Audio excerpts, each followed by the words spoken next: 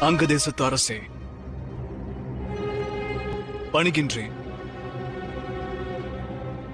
M நகரம் காண புறப்பட்டீர்களா? பணிகிறேன் அர்ஜுனா. உன் நகரம் மீது எனக்கு ஆசை இல்லை. இவள் தம்முடைய பிரஜையாவாள். இவளின் பாதுகாப்பிற்காக நான் உடன் வந்தேன்.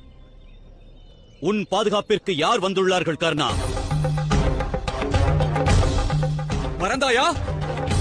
எம் தாயை அங்கு சிறைப்பிடித்துள்ளனர். எம் தாயை மட்டுமல்ல, அஸ்தினாபுரத்தின் அனைத்து பிரஜைகளையும் சிறை வைத்துள்ளனர். பிரஜைகள் சிறைப்பிடிக்கப்படவில்லை.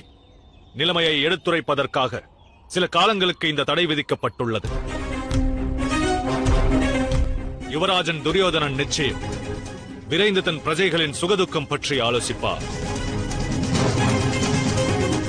குமாரர் நகுலா, ராஜமாதா குந்தியும் சிறைப்பிடிக்கப்படவில்லை. ராஜ குடும்பத்தினரோடுதான் வாழ்கிறார். இங்கு வரவேண்டாம் என்று அவரே முடிவெடுத்தார். பொய்யிருக்கின்றாய். நகர பூஜைக்கு ஏன் அவர்கள் வரவில்லை? விவாதம் வேண்டாம் நகுலா. தாம் எத்திசையில் ஏயப்படுகிறோம் என்பதை அம்பானது அறிய வாய்ப்பில்லை. அது தனது வாழ்வு முழுதும் எய்பவனுடைய ஆணைக்கு அடிபணிந்து வாழ வேண்டும். சத்தியம் எதுவென்றும் அசத்தியம் எதுவென்றும் கர்ணன் அறிய மாட்டார். இவர் துரியோதனனால் நியமிக்கப்பட்ட அங்கதேசத்து அரசு. அரச பதவியை தியாகம் செய்தேன் அர்ஜுனா. நான் இப்போது ஒரு சாமானிய பிரஜை.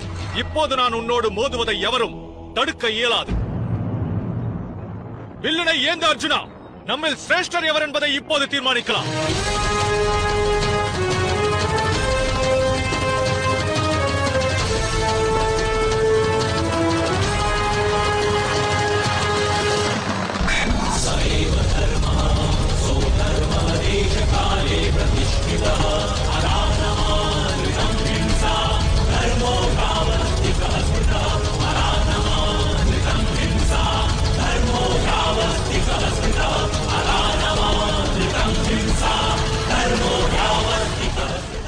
அமைதியடைவாய் கர்ணா.